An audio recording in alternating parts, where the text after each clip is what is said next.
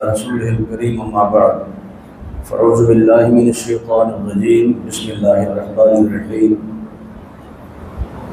وقضى ربك ألا تعبدوا إلا إياه وبالوالدين إحسانا إما يبلغن عندك الكبر أحدهما أو كلاهما فلا تقل لهما أف ولا تنهرهما وقل لهما قولا كريما واخفض لهما جناح الذل من الرحمة وقل رب ارحمهما كما ربياني صغيرا وقال النبي صلى الله عليه وسلم رضا الرب في رضا الوالد وسخط الرب في سخط الوالد أو كما قال النبي صلى الله عليه وسلم۔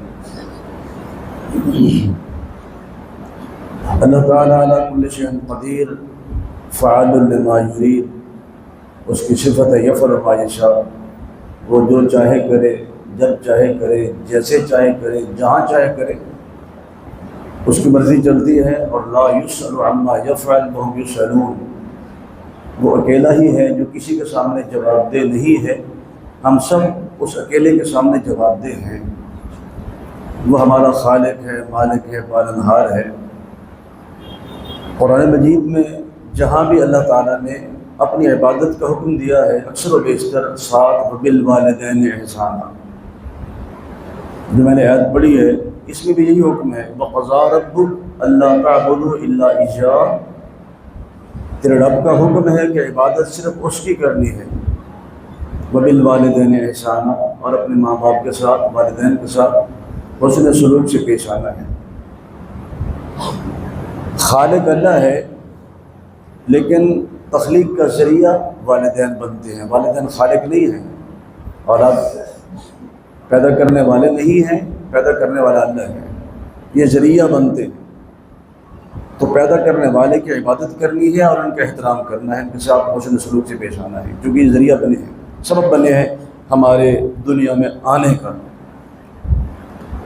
تو اس میں جو پہلا چیپٹر ہے وہ ہے اللہ تعبدوا الا ایاہ، اپنے عقیدے کو صحیح کرنا، عقیدے کی درستگی ضروری ہے۔ ایاہ یہ حصر ہے، خالص اس کی عبادت کریں، مکس نہ کریں، یہ نہ کہیں کہ اللہ بھی ہے اور فلاں بھی، یہ نہ کہیں، اللہ ہی ہے۔ اور نماز میں جو ہم وعدہ کرتے ہیں ایاک نعبد و ایاک نستعین، اللہ تیرے بندے ہیں، عبادت صرف تیری ہی کرتے ہیں اور مانگتے بھی تجھ سے ہی ہیں۔ لیکن ہمارے رویے جو ہیں نماز میں وعدہ کرنے کے باوجود پھر ہمارا کیا رویہ ہوتا ہے کہ اللہ بھی ہے اور فلاں بھی کم نہیں ہے، نعوذ باللہ من ذالک۔ اس عقیدے کو چھوڑنا ہوگا، اس کو ترک کرنا ہوگا۔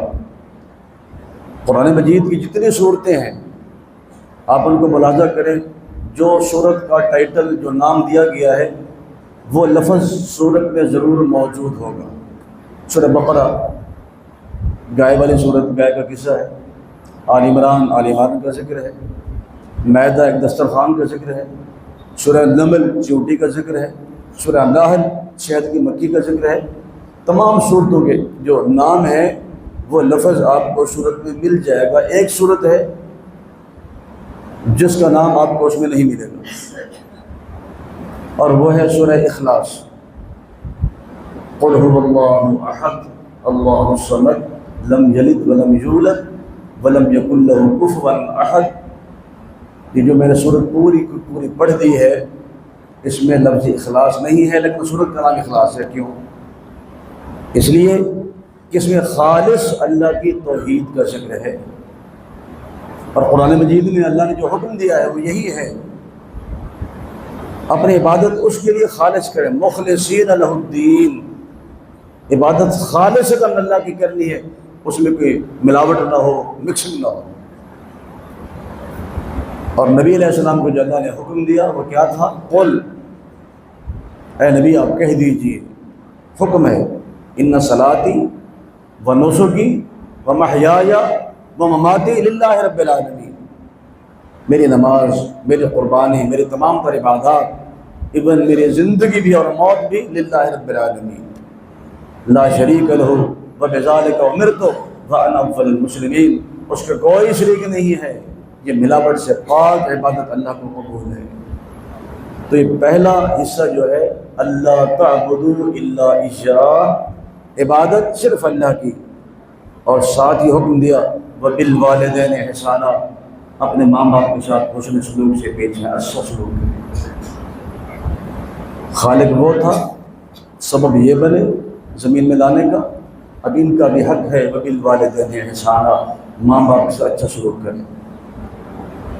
آج یہ جو اکثر مطالبہ ہوتا ہے کہ حقوق والدین بیان کریں، ٹھیک ہے کرنے چاہیے، لیکن اس سے پہلے حقوق الاولاد ہیں۔ والدین اپنے حقوق کو مانگتے ہیں کہ مجھے میرا حق ملے، میرا احترام ہو۔ کیا ہم نے اولاد کو اس کا حق دیا ہے؟ اگر اولاد کو حق دیا ہے تو پھر ہمیں کہنے کی ضرورت پیش نہیں آئے گی کہ وہ ہمارا حق ادا کرے۔ پہلے اولاد کا حق ادا کرے، خود بخود وہ آپ کے حقوق کو ادا کرے گی۔ ان کا حق کیا ہے؟ وہ دنیا میں آتے ہیں جب ان کی صحیح تربیت کرے، قوا انفسکم واہلیکم نارا وقودھا الناس والحجارہ، اپنے آپ کو، اپنے اہل و عیال کو جہنم کی آگ سے بچاؤ جس کے ایندھن لوگ اور پتھر آئیں۔ اور وہ کیسے بچیں گے؟ جب ہماری اولادوں کی تربیت صحیح ہوگی۔ اولاد کی صحیح تربیت کریں، آپ کو حقوق ماننے کی ضرورت ہی نہیں پڑے گی۔ ایک وہ بچہ ہے جس بچے کو آپ نے یہ تربیت دی، انگلش میڈیم میں بھیجا، استادوں سے سارا دن پڑھاتا ہے، بلیک بورڈ پہ لکھواتا ہے، اے سے زیڈ تک سارے سپیلنگ لکھوا دیے، پھر طریقہ استعمال بتاتا ہے اور کہتا ہے کہ بیٹے یہ پڑھے، آر سے ریٹ بنتا ہے، سی سے کیٹ بنتا ہے، ڈی سے ڈنکی اور ایم سے منکی بنتا ہے۔ ایک وہ بچہ ہے جس کو ہم نے تعلیم کے لیے انگلش میڈیم میں بھیجا اور وہ ڈنکی منکی سیکھتا رہا۔ میں انگلش کی تعلیم پر اعتراض نہیں کر رہا، واختلاف السنتکم والوانکم، اللہ نے خود زبانیں مختلف بنائی ہیں، رنگ مختلف بنائے، سیکھے۔ لیکن اس کے مقابلے میں ایک وہ بچہ ہے خیرکم من تعلم القرآن وعلمہ، جس کو آپ نے کسی دینی ادارے میں بھیجا تعلیم و تربیت کے لیے، قرآن پاک کو پڑھتا ہے، اس کو پڑھاتا ہے، سیکھتا ہے، سکھاتا ہے، اور اس کی اساتذہ تربیت بھی کرتے ہیں۔ جس طرح نبی علیہ السلام نے یعلمہم الکتاب والحکمہ، کتاب و حکمت کی تعلیم دی، اس کو کافی نہیں سمجھا کہ پڑھا دیا ہے بس، یزکیہم، پھر تزکیہ کیا ہے، ان کے دلوں کو پاک صاف کیا، ان کی تربیت کی ہے۔ اور بات دوسری طرف نہ چلی جائے، تربیت پھر ایسی ہوئی صحابہ کرام کی جو آپ نے کی، اصحاب صفہ جن کو آپ پڑھاتے تھے، جن کے معلم آپ تھے، اور بات سے بات نکلتی ہے۔ آج کچھ لوگ پوچھتے ہیں کہ نبی علیہ السلام نے یہ تو فرما دیا ہے من بنا للہ مسجدا بنى اللہ له بیتا فی الجنہ، اللہ کا گھر بنائیں، مسجد بنائیں، اللہ آپ کا جنت میں گھر بنائے گا۔ مسجد کا ذکر تو ہے، یہ مدرسے کہاں سے آ گئے؟ مدرسے کے لیے آپ نے کوئی فضیلت بیان کی کہ مدرسے بنائیں؟ تو میں احباب سے پوچھتا ہوں کہ سب سے پہلا ادارہ، سب سے پہلا مدرسہ آپ نے دار ارقم میں قائم کیا تھا، مکہ میں۔ ارقم کا گھر جو ہے وہ مدرسہ تھا، آپ اس میں صحابہ کرام کو تعلیم و تربیت دیا کرتے تھے۔ اور مدینہ جاتے ہی جس طرح پہلے قباء میں قیام کیا، وہاں بھی مسجد بنائی، اور مسجد نبوی میں مدینہ منورہ وہاں بھی آپ نے چبوترا بنوایا اصحاب صفہ کے لیے جو طالب علم تھے، اور آج بھی وہ تھلا موجود ہے جس پر صحابہ کرام آپ سے تعلیم و تربیت حاصل کرتے تھے۔ مدارس کا ثبوت ہے، اللہ کے فضل سے بنانے چاہیے۔ لیکن ہماری جتنی بھی مساجد تھیں اسلاف کے دور میں، ہر مسجد ہی مدرسہ ہوتی تھی، بلکہ میں اگر اس سے پڑھ کے بات کروں، ہر مسجد پارلیمنٹ ہاؤس ہوتی تھی، ہر مسجد جی ایچ کیو ہوتی تھی، ہر مسجد عدلیہ ہوتی تھی، مقننہ ہوتی تھی، ہر مسجد تھانہ ہوتی تھی، ہر مسجد جیل خانہ ہوتی تھی، اور ہر مسجد مہمان خانہ بھی ہوتی تھی۔ مسجد نبوی میں اس وقت بھی موجود ہے بطور علامت کے استوانہ وفود، جو وفد آتے تھے باہر سے ملنے کے لیے، آپ ان کو بطور مہمان وہاں ٹھہراتے تھے۔ اس نام سے ایک پلر ہے استوانہ وفود، استوانہ عائشہ بھی ہے، استوانہ ابی لبابہ بھی ہے، اور اسی طرح استوانہ حنانہ بھی ہے۔ تو آپ جو آنے والے مہمانوں کو مسجد میں ٹھہراتے تھے، وہی مہمان خانہ تھی، نکاح مسجد میں ہوتے تھے۔ ہم نے آج مساجد کو حق دینا چھوڑ دیا ہے اس لیے مسائل پیدا ہو رہے ہیں۔ اور جب کسی کو قید کیا جاتا کہاں بھاگتے تھے؟ بہت بڑا یمامہ کا والی جب گرفتار ہوا ثمامہ بن اسال رضی اللہ تعالیٰ عنہ، تو کیا فرمایا؟ اربطوہ بساریۃ من سوار المسجد، باندھ دو اس کو مسجد کے ستون سے۔ وہی جیل خانہ تھی۔ تو وہی مدرسہ، اللہ ہمیں یہ توفیق دے کہ مدارس اور مساجد جو تربیت گاہیں ہیں، یونیورسٹیاں ہیں، چھاونیاں ہیں، یہ قلعے ہیں، آپ کی آنے والی نسل کے محافظ ہیں، آنے والی نسل کو تیار کرتے ہیں۔ آج ہر مسجد میں خطیب بھی ہے، امام بھی ہے، قاری سے مدرس بھی ہے۔ یہ کہاں سے کھیپ تیار ہو کے آتی ہے؟ یہ دینی مدارس کا ہی کام ہے کہ اللہ رسول کا نام باقی ہے، یہ تعلیم و تربیت کا سلسلہ جاری ہے اور یہ قیامت تک جاری رہے گا انشاءاللہ۔ کچھ لوگ کہتے ہیں کہ آپ تعاون کریں نہ کریں، یہ کام نہیں رکے گا۔ اللہ کے جو معاملات ہیں دین، وہ میرا محتاج نہیں ہے، وہاں کا محتاج نہیں ہے، ان کاموں کو اللہ چلاتا ہے اور انشاءاللہ تا قیامت چلاتا رہے گا۔ تو رسول اکرم صلی اللہ علیہ وسلم نے تعلیم کے ساتھ تزکیہ، تربیت کا بھی بندوبست کیا۔ جب تربیت صحیح ہوئی، آپ کے آنے سے پہلے کیسا ماحول تھا؟ بات بات پہ لڑائی ہے، جھگڑا ہے، اور حالی مرحوم نے کہا کہیں پانی پینے پلانے پہ جھگڑا، کہیں گھوڑا آگے بڑھانے پہ جھگڑا، لبیجو کہیں آنے جانے پہ جھگڑا، یہ ہر وقت تکرار ان میں رہتی تھی، جھگڑے ہوتے رہتے تھے۔ لیکن جب آپ تشریف لائے، تعلیم بھی، تربیت بھی اور تزکیہ بھی کیا، تو کیسا پاکیزہ ماحول بنا۔ اس کا ذکر قرآن نے کیا ہے، وَاعْتَصِمُوا بِحَبْلِ اللَّهِ جَمِيعًا وَلَا تَفَرَّقُوا وَاذْكُرُوا نِعْمَةَ اللَّهِ عَلَيْكُمْ إِذْ كُنْتُمْ أَعْدَاءً فَأَلَّفَ بَيْنَ قُلُوبِكُمْ فَأَصْبَحْتُمْ بِنِعْمَتِهِ إِخْوَانًا وَكُنْتُمْ عَلَى شَفَا حُفْرَةٍ مِّنَ النَّارِ فَأَنقَذَكُم مِّنْهَا كَذَلِكَ يُبَيِّنُ اللَّهُ لَكُمْ آيَاتِهِ لَعَلَّكُمْ تَهْتَدُونَ۔ میرے پیغمبر کے آنے سے پہلے تمہاری لڑائیاں آپس میں جانی دشمن، اذ کنتم اعداء، میرے پیغمبر کی تعلیم و تربیت نے الف بین قلوبکم، تمہارے دلوں کو جوڑ دیا، اصبحتم بنعمتی اخوانا، اللہ کی نعمت کی بدولت آپس میں بھائی بھائی بن گئے۔ وکنتم علی شفا حفرۃ من النار فانقذکم منها، گمراہی میں، ضلالت میں، جہالت میں اس قدر دور چلے گئے، جہنم کے گڑھے کے کنارے پر تھے۔ فانقذکم منها، میرے پیغمبر کی تعلیمات نے، ان کی تربیت نے، ان کے تزکیے نے جہنم کی مار سے بچایا اور جنت کے راستے پہ چلا دیا۔ میں کیا کہہ رہا تھا؟ مجھے یاد ہے، آپ کو یاد ہو یا نہ، کہ پہلے اولاد کا حق ادا کریں، پھر آپ کو کہنے کی ضرورت نہیں پڑے گی کہ اولاد ہمارا حق ادا کرے۔ اور اولاد کا حق کیا ہے؟ ان کی تعلیم و تربیت، دینی تعلیم و تربیت۔ ایک بیٹا وہ ہے جو انگلش میڈیم میں ہے، اور ایک وہ ہے جو صدقہ جاری ہے، ماں باپ کے لیے بھی قرآن پاک کو پڑھ رہا ہے، پڑھا رہا ہے۔ عام حالات میں یہ بچہ ماں باپ کے لیے دعا نہ کرے، جب تشہد پہ بیٹھا ہوگا بے ساختہ کہے گا ربنا اغفر لی ولوالدی، جس کو آپ نے نماز کی تعلیم اور تربیت دے دی، نمازی بچہ کیا کہے گا؟ ربنا اغفر لی ولوالدی رب ارحمہما کما ربیانی صغیرا، خود بخود کہہ رہا ہے۔ تو آئیے پہلے اولادوں کی تربیت صحیح کریں۔ اور آپ نے حکم دیا، فرمایا مروا صبیانکم بالصلاۃ اذا بلغوا 7 سنین واضربوہم علیہا اذا بلغوا 10 سنین وفرقوہم فی المضاجع۔ بچہ جب 7 سال کی عمر کا ہو جائے نماز کا حکم دو، چل بیٹے نماز پڑھ، اور جب 10 سال کا ہو جائے پھر کیا کرنا ہے؟ پھر پیار نہیں ہے، پھر مار ہے۔ یہ ہمارے سکولوں کے تعلیمی اداروں کے باہر بورڈ لگوا دی کہ مار نہیں پیار۔ یہ مغرب کا ایجنڈا ہے ہماری اولاد کو، ہماری نسل کو بے راہ رو بنانے کے لیے۔ تعلیم و تربیت کے لیے سختی ہے، اور یہ آپ کا حکم وَاضْرِبُوهُمْ عَلَيْهَا، 10 سال کا بچہ نماز نہ پڑھے، مارو اس کو، مار کے نماز پڑھاؤ، اس کے بستر الگ کر دو، یہ حکم ہے۔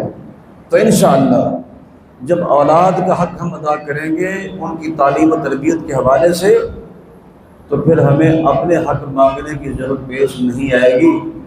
جہاں تک تعلق ہے کہ والدین کے حقوق ہیں، بالکل ہیں، اور وہ کیا ہیں؟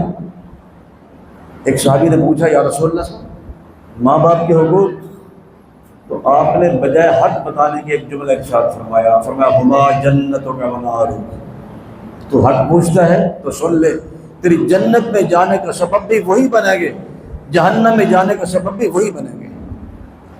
اگر ان کی خدمت کرے گا، ان کے حقوق کو ادا کرے گا، ان کی رضا حاصل کرے گا تو پھر جنت ہے، ادروائز پھر دوسرا معاملہ ہے۔ ہما جنت و نارک۔ پھر آپ نے فرمایا رضا الرب فی رضا الوالد و سخط الرب فی سخط الوالد۔ اللہ کی رضا چاہتے ہو، ماں باپ کو راضی رکھو، اور اللہ کو ناراض کرنا چاہتے ہو، اللہ ہم سے ناراض نہ ہو۔ ہم بڑے کمزور ہیں، اگر اللہ کو ناراض کرنا ہے پھر ماں باپ کو ناراض کر لو، اس سے بڑھ کے کیا حقوق بیان کیے جائیں۔ اور پھر جو آیت میں نے پڑھی ہے اس میں رب العالمین کی ارشاد گرامی ہے وَقَضَىٰ رَبُّكَ أَلَّا تَعْبُدُوا إِلَّا إِيَّاهُ وَبِالْوَالِدَيْنِ إِحْسَانًا۔ اپنے ماں باپ کے ساتھ حسن سلوک سے پیش آئیے، اور خصوصاً عمر کا ایک ایسا حصہ اما یبلغن عندک الکبر احدهما او کلاهما فلا تقل لهما اف ولا تنهرهما۔ جب بڑھاپے کو پہنچ جائے دونوں یا دونوں میں سے کوئی ایک، تو بڑھاپے میں ان کے پاس صرف غصہ ہی غصہ ہوگا، ہر بات پہ ڈانٹیں گے، غصہ کریں گے، لیکن تجھے اجازت نہیں ہے فلا تنہرہما، لا تقل لہما اف، کلمہ اف بھی نہیں کہنا، ان کو جھڑکنا بھی نہیں ہے۔ آج ہم کہتے ہیں نوجوان تو انہوں کی پتہ، آپ کو کیا معلوم ہے، آپ کیا جانیں۔ والدین کو یہ جملے نہ کہا کریں، اچھا مشورہ دے دیں، ان کی بات کو سنیں اور مانیں، جنہوں نے آپ کو پالا پوسا ہے۔ اور قرآن مجید میں اللہ نے جو ماں کا حق زیادہ بیان کیا ہے وہ کیوں؟ حملتہ کرہا وضعتہ کرہا، تجھے پیٹ میں اٹھایا ہے تکلیف کے ساتھ، جنم دیا ہے تکلیف کے ساتھ، ایسی مشقت، ایسی تکلیف۔ اگر دوران ولادت وضع حمل کے وقت عورت وفات پا جاتی ہے اس شدت درد کی وجہ سے، تکلیف کی وجہ سے، تو اللہ نے ایسی ماؤں کو شہداء کے درجے میں لکھا ہے، وہ عورت شہید ہے۔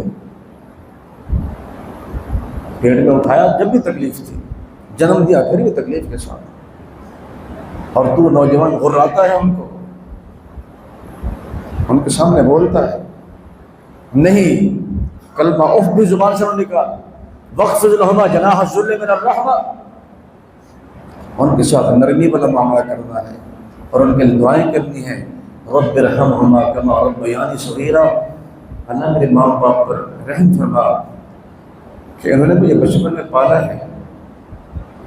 پالنا کون سا آسان ہے، جب اپنی اولاد آتی ہے پھر پتہ چلتا ہے کیسے پالا پوسا جاتا ہے۔ ہم تو ایسے سمجھتے ہیں کہ شاید ہم ایسے جتنے بڑے ہیں ایسے ہم پیدا ہوئے تھے، ہمیں بھی انہوں نے پالا پوسا ہے۔ ماں بار بار کپڑا گیلا ہو جاتا ہے اس کو اٹھا کے نکال دیتی ہے، خشک تیرے نیچے رکھتی ہے، تیرے کھانے کا، تیرے پینے کا، تیری تربیت کا، تعلیم کا، سب کا اس نے بندوبست کیا۔ آج تو اس کے حق کو ادا کرے گا تو پھر کیا ملے گا؟ ماں کے بہت تلے جنت ہے، مل جائے گی، جنہوں نے ان کی خدمت کر لی، ان کے حق کو ادا کر لی۔ قرآن مجید میں اللہ نے اولاد کا بھی ذکر کیا ہے نا، کہ دنیا کا مال صرف 6 چیزیں ہیں، صرف 6 چیزیں کہ اللہ نے فہرست بیان کر دی۔ انسان ہاتھ پھیلاتا ہے یہ مل جائے، یہ مل جائے، یہ مل جائے، اللہ نے فرمایا صرف 6 چیزیں ہیں۔ کون سی؟ من النساء والبنین والقناطیر المقنطرۃ من الذهب والفضة والخیل المسومة والانعام والحرث ذلک متاع الحیاۃ الدنیا واللہ عنده حسن المآب۔ من النساء، سب سے پہلی چیز دنیا کی عورت ہے۔ انسان اکیلا ہے، ضرورت ہے میرا ساتھی ہو۔ آدم علیہ السلام اکیلے تھے، اللہ نے جناب حوا دی ان کی پسلی سے نکال دی اور کہا آدم یہ آپ کی بیوی ہے، اب جنت میں موجود کرو، اسکن انت وزوجک الجنہ۔ یہ سب سے پہلی چیز عورت ہے، اور دعا کریں اللہ عورت دے، بیوی دے تو وہ بھی نیک ہو۔ بیوی کیسی ہو اس کا جو قرآن پاک میں ذکر ہے، ایک وہ بیوی ہے، ایک وہ خاتون ہے، خود ملعون ہے، اللہ کا نافرمان، ربکم الاعلیٰ کا دعویٰ کرنے والا، لیکن بیوی کیسی ہے؟ جو دعائیں کرتی ہے، رب ابن لی عندک بیتا فی الجنہ، آسیہ سلام اللہ علیہ۔ اور ایک وہ ہے اولو العزم پیغمبر جناب نوح علیہ السلام، جناب لوط علیہ السلام، بیویاں کیسی ہیں؟ فخانتاہما لم یغنی عنہما من اللہ شیئا، نبی کی نافرمانی کی، اللہ اپنی بیویوں کو، نبی اپنی بیویوں کو اللہ کے عذاب سے نہیں بچا سکے۔ اور دوسری چیز کیا ہے؟ والبنین، بیٹے، نرینہ اولاد، جو انسان سمجھتا ہے میری یہ زیادہ ضرورت ہے، میرے دست و بازو بنیں گے، بیٹوں کو پسند کرتا ہے، فرمایا والبنین، دوسری چیز اولاد ہے۔ اور اللہ سے یہ بھی دعا کریں اللہ اولاد دے تو وہ بھی نیک ہو۔ انبیاء نے دعائیں کیا کی ہیں؟ یہ نہیں کہ اللہ بیٹا دے۔ ابراہیم علیہ السلام کیا دعا کرتے ہیں؟ رب ہب لی من الصالحین، اللہ نیک بیٹا، صرف بیٹا نہیں، صالح بیٹا۔ اور جناب زکریا علیہ السلام کیا مانگتے ہیں؟ رب ہب لی من لدنک ذریۃ طیبۃ انک سمیع الدعاء، اللہ نیک اور پاکیزہ اولاد، ذریۃ طیبہ، تو دعاؤں کو سننے والا ہے۔ تو اولاد نیک ہوگی، اس کی تربیت صحیح ہوگی تو ماں باپ کے حقوق ادا کرے گی۔ اور ہمیں، مجھے بھی، والدین کو بھی سوچنا ہے کہ کیا جو ہمارے والدین تھے یا جن کے زندہ ہیں، کیا ہم ان کے حق ادا کر رہے ہیں یا ادا کیے تھے؟ اگر آپ نے اپنے والدین کے حقوق ادا کیے تو پھر بے فکر ہو جائے، آپ کی اولاد بھی آپ کا حق ادا کرے گی۔ اگر آپ نے نہیں کیے، کما تدین و تدان، پھر تم بھی بھگتو گے۔ ایک مشہور کہاوت ہے نا کہ باپ کو لے کر جا رہے تھے، بوڑھا باپ تھا، لے گیا اس کو دریا کے کنارے، اس کو یہاں سے پھینکنا ہے۔ اب بوڑھا تھا، لاغر تھا، کمزور تھا، نہیں، اس نے بڑا تنگ کیا ہے، اب ہماری چپس خراب ہوتی ہے، تھوکتا رہتا ہے بوڑھا۔ اٹھایا کہ اس کو دریا میں پھینک دیں۔ جب لے کے گیا نا باپ کو پھینکنے کے لیے، اس نے کہا بیٹو ایک بات سنو، تم نے مجھے پروگرام تو بنا لیا نہیں، دریا میں پھینکنا ہے، دریا پر کرنا ہے، لیکن ایک بات تو میری سن رہا۔ کہا ابا بتا کیا کہتا ہے؟ کہنے لگا ایسے کرو، جس جگہ پہ مجھے پھینک رہے ہو نا، یہاں نہ پھینکو، دوسری طرف لے جاؤ، وہاں سے مجھے دریا میں ڈالو، یہاں تو میں اپنے ابا کو پھینک گیا۔ بیٹوں کو بات سمجھ آ گئی، سمجھدار بھی ہوتے ہیں، وقت آخر بھی سمجھ آ جاتی ہے۔ کہنے لگا ابو جان فکر نہ کریں، ہم سے غلطی اور کوتاہی ہوئی، واپس آپ کو گھر لے چلتے ہیں۔ آج جو ہم اپنے ماں باپ کے ساتھ سلوک کریں گے، ہمارے بچے دیکھتے رہتے ہیں کہ ہمارا سلوک اپنے والدین کے ساتھ کیا ہے، پھر وہی سلوک وہ بھی اختیار کریں گے۔ تو آئیے سب سے پہلے ہم اپنے والدین کا خود حق ادا کریں اگر زندہ ہیں، اور پھر اولاد کا حق بھی ادا کریں کہ ان کی تربیت صحیح ہو جائے، تاکہ وہ بھی کل کو ہمارے حقوق کو سمجھے گے اور ادا کریں گے۔ جس بچے نے قرآن پاک کو پڑھا ہے، ترجمے کے ساتھ دینی تعلیم حاصل کی ہے، وہ ضرور ماں باپ کا فرما بردار ہوگا، وہ ضرور ان کی بات کو مانے گا کہ مدارس نے اس کی تربیت کر دی ہے، اس کی ٹریننگ کر دی ہے، اس کو تعلیم کے ساتھ ساتھ یزکیہم، دل کا تزکیہ بھی کر دیا ہے، پاک اور صاف کر دیا ہے۔ اللہ سے دعا ہے کہ رب العالمین ہمیں والدین کے حقوق کو سمجھنے کی اور عمل کرنے کی بھی توفیق عطا فرمائے، صرف سمجھنے کی نہیں، سمجھنے کے بعد عمل کرنے کی بھی توفیق عطا فرمائے۔ اور قرآن مجید کی یہ آیت جو میں تلاوت کی ہے، اس میں اللہ نے پہلے اپنا حق بتایا، اللہ تعبدوا الا اياه، پھر کیا کہا؟ وبالوالدین احسانا، ماں باپ کے ساتھ بھی حسن سلوک سے پیش آئے۔ بالخصوص پھر میں دہراتا ہوں، اما یبلغن عندک الکبر احدہما او کلاہما فلا تقل لہما اف، جب وہ دونوں یا دونوں میں سے کوئی ایک بڑھاپے کو پہنچ جائے، پھر کبھی کلمہ اف بھی زبان سے نہیں کہنا، ولا تنہرہما، ان کو جھڑکی بھی نہیں دینی، وقل لہما قولا کریما، شفقت کے ساتھ، نرمی کے ساتھ، تواضع کے ساتھ، عاجزی انکساری کے ساتھ ان کے ساتھ پیش آنا ہے، اور ان کو دعائیں دینی ہیں۔ قل رب ارحمہما کما ربیانی صغیرا، اگر فوت ہو گئے ہیں ان کے لیے پھر بھی دعا کرنی ہے، ان کی قبر پہ جانا ہے، آپ اپنے والدین کی قبر پہ جائیں گے، جا کے دعا کریں گے اور اپنے اولاد کو ساتھ لے کے جائیں گے، تو پھر آپ کی اولاد بھی آپ کی قبر پہ آئے گی۔ ہمیں تو اپنے والد کی قبر بھول گئی، والدہ کی قبر بھول گئی۔ بہت زیادہ کوئی یاد رکھے گا تو ماں باپ کی قبر کو وہ بھی بھول جاتی ہے۔ ہمیں اپنے دادا دادی کا نہیں پتہ، نانا نانی کا نہیں پتہ۔ تو آپ نے کیوں فرمایا تھا زور القبور، قبرستان جایا کرو، قبروں کی زیارت کرو؟ تجارت سے منع کیا ہے، زیارت کا حکم ہے۔ اور کیوں کرو؟ تذکر الآخرہ، تاکہ تمہیں آخرت یاد آئے، اپنی موت یاد آئے۔ تو جب تم ماں باپ کی قبر پہ جا کے دعا کرو گے، تمہاری اولاد بھی تمہاری قبر پہ آئے گی اور دعا کرے گی۔ جب تم گھر میں بیٹھ کر اپنے ماں باپ کے لیے دعا کرو گے، بچوں کو ساتھ میں لا لیا کرو، بچوں آؤ بھائی، اپنے مرحوم والدین کے لیے ہم دعا کرتے ہیں، وہ آپ کے ساتھ دعا میں شامل ہوگے، کل کو وہ بھی اپنے اولاد کو بٹھا کے آپ کے لیے دعائیں کریں۔ تو آئیے بار دیگر یہ گزارش کروں گا کہ اللہ نے، اللہ کے رسول صلی اللہ علیہ وسلم نے جو حقوق بیان کیے ہیں ماں باپ کے، پتہ ہم سب کو ہے، میں نے کوئی نئی باتیں نہیں کی۔ کوئی بھی آنے والا اہل علم، میں تو طالب علم ہوں، نئی بات نہیں کرے گا۔ جس طرح رمضان کی مسائل آپ سنتے رہتے ہیں، ماں باپ کے حقوق پہ سنتے رہتے ہیں سارا سال، وہی باتیں ہیں تو ہم ریپیٹ کرتے ہیں، صرف دہراتے ہیں اس لیے کہ بھولا ہوا سب یاد آ جائے۔ ورنہ دعا گو ہوں شیخ ابراہیم بھٹی صاحب حافظہ اللہ کے لیے کہ ماشاءاللہ وہ پہلے سلیکٹ کرتے ہیں کہ فلاں موضوع ہونی چاہیے انتظامیہ کی مشاورت سے، کہ فلاں موضوع پہ آنے والا گفتگو کرے گا۔ علماء یہاں تشریف لاتے رہتے ہیں، آپ ان کی گفتگو سنتے ہیں۔ طالب علم کی حیثیت سے میں نے بھی جو مجھے کہا گیا والدین کے حقوق کے حوالے سے، جتنی میری عقل تھی، جتنی میری سمجھ تھی، اس حوالے سے میں نے کہہ دیا۔ اور میں دہرانے کے بعد بات کو ختم کرتا ہوں کہ اولاد کی تربیت صحیح کریں تاکہ وہ تمہارے حقوق کو صحیح طریقے پر ادا کریں۔ اللہ عمل کی توفیق عطا فرمائے۔